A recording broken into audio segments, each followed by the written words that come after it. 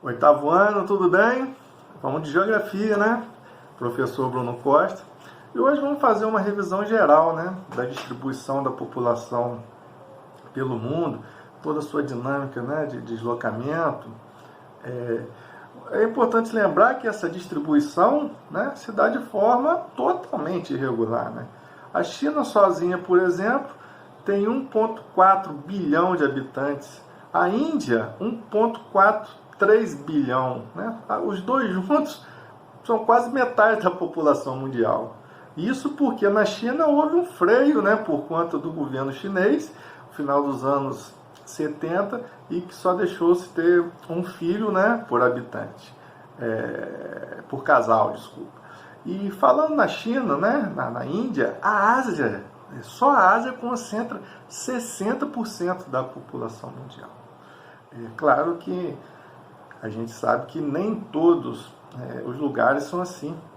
Esses lugares têm quase nenhum habitante. São chamados vazios demográficos, né? Onde ninguém quer habitar devido principalmente às suas condições de clima, de relevo, né? Por exemplo, o frio da Sibéria, o deserto do Saara, da Namíbia, a Cordilheira dos Andes, o Himalaia, ou lugares que tiveram acidentes nucleares, como Chernobyl na Ucrânia, lugares que têm crise de água, né? E dependendo das condições, as pessoas começam a migrar. E deslocar faz parte, né, da história da humanidade. O Homo erectus, né, saiu da África para a Europa há 1,8 milhões de anos. O Homo sapiens há cerca de 300, 400, não está certo? E eles ficavam, né, ali na linha do Equador, que era mais quente, e saíram para dominar o mundo. Né? O homem da África para a Europa, né, e para a Ásia, e da Ásia para a América pelo Estreito de Bering, há cerca de 18 mil anos, 15. Essa teoria vai e volta, né? É a mais aceita, mas existem questionamentos, né, se era possível a travessia naquele momento. Só que a gente sabe que chegaram à América. E a migração continua até os dias de hoje. Né? Migração tem sinônimo de qualidade de vida, de melhores condições de vida. E as pessoas se atraem, né, pelas questões econômicas hoje, né, emprego, educação, tecnologia, saúde, né, buscam, né, os países com maior estabilidade política e econômica, Estados Unidos, Europa, Japão. E existem motivos que levam, né, a esses fatores repulsivos. Né? Por que as pessoas saem dos seus lugares? As questões econômicas, né, desemprego, questões políticas, conflitos, perseguições, questões naturais, secas, terremotos. E nesse cenário a gente vê que a Europa, né, constantemente tem recebido refugiados, principalmente ali pelo Mediterrâneo, né, os refugiados, principalmente do Oriente Médio, da África, fugindo, né, principalmente de conflitos, de miséria, de dificuldades. O que tem acontecido ali, né, é uma verdadeira crise humanitária. Né? E a União Europeia está impondo barreiras para os refugiados. Querem proteger o seu modus vivendi, né, o modo de vida europeu. Só que a gente tem que lembrar que esse modo de vida europeu foi graças à exploração do mundo inteiro, né, às custas de muito sangue das populações exploradas. Inclusive do Brasil, né? E o Brasil nesse cenário migratório fica onde, né? 1500, né, os portugueses chegaram aqui, né, os imigrantes portugueses para colonizar o Brasil, e depois sequestraram, né, e escravizaram quase 8 milhões de negros africanos para trabalhar, né, em princípio na lavoura de cana e depois na mineração. Uma verdadeira diáspora, né? E ao longo da história foram chegando colonos europeus, japoneses, haitianos mais recentemente. E para onde estão indo, né, os brasileiros, os emigrantes? O principal país de destino é os Estados Unidos, né? Geralmente se tentava de forma ilegal. E a Europa também, principalmente Portugal, Japão lá na Ásia, esses laços afetivos, né? E alguns brasileiros também estão emigrando ali para o Paraguai, né? Os chamados brasiguaios, né, e o conflito ali tá tenso, a xenofobia é muito grande, né? A verdade é que a xenofobia no mundo inteiro é algo deprimente, né?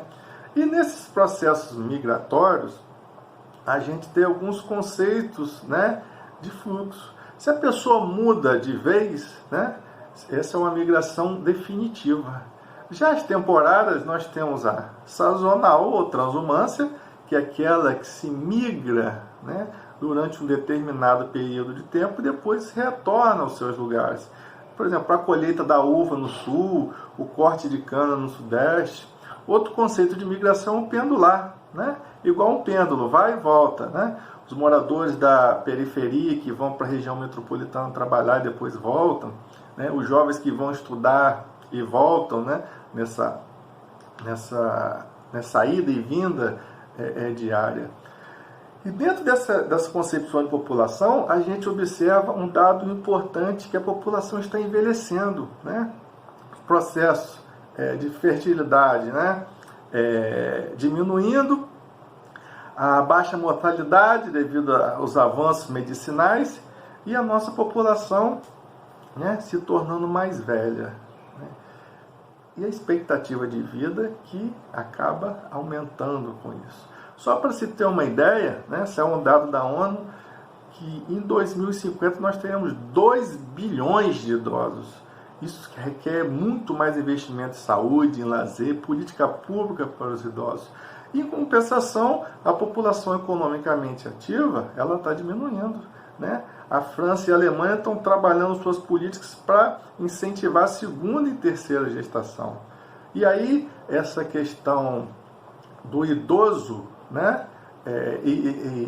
Consequentemente, a aposentadoria, isso vai de encontro à questão do impacto na Seguridade Social, na Previdência. E aí, mundo afora se faz reforma, no Brasil não foi diferente. Só que o problema é que vai direto na conta do trabalhador, né? O trabalhador acaba pagando mais e contribuindo por mais tempo. E as críticas foram ferrenhas em relação à reforma previdenciária, porque só caiu na conta praticamente do trabalhador, que vai ter que trabalhar quase até a morte, né? E os críticos à reforma dizem que existiam diversos outros mecanismos, né, para se ajeitar esse rombo por conta, né, do número grande de aposentados e esses benefícios que eles precisam receber. Então, os governos dizem que essa é a única maneira, taxar o trabalhador praticamente. E aí, quando a gente fala em expectativa de vida, a gente tem alguns índices, né, que acabam medindo essas concepções no mundo. Uma delas, né, praticamente as pessoas conhecem as duas, né? Os alunos conhecem as duas, que é o IDH, que é o Índice de Desenvolvimento Humano, né, que ele mede a renda a partir do PIB per capita, ou seja, né, toda a riqueza dividida pela população, mais educação, que são os adultos alfabetizados, e as matrículas, e a saúde, que é a expectativa de vida e longevidade. E aí, como que se mede, né? Do 0 a 1, quanto mais próximo do 1, melhor é a qualidade de vida daquela população. Só que, na questão da renda, a gente não consegue analisar isso pelo IDH, porque, às vezes, na divisão não fica uma coisa igualitária, existe uma concentração. Por isso, criaram o índice Gini, né, que é de 0 a 1 também, e ele mede essa desigualdade, essa concentração de renda, concentração de terra. Então, quanto mais próximo do 0, quer dizer 0 concentração, isso quer dizer maior distribuição de renda. Então, essa foi só uma prévia, uma revisão para a gente poder fazer essa atividade bacana que vai ter sobre todo esse dinamismo, né, que vem acontecendo e historicamente em relação às populações. Valeu!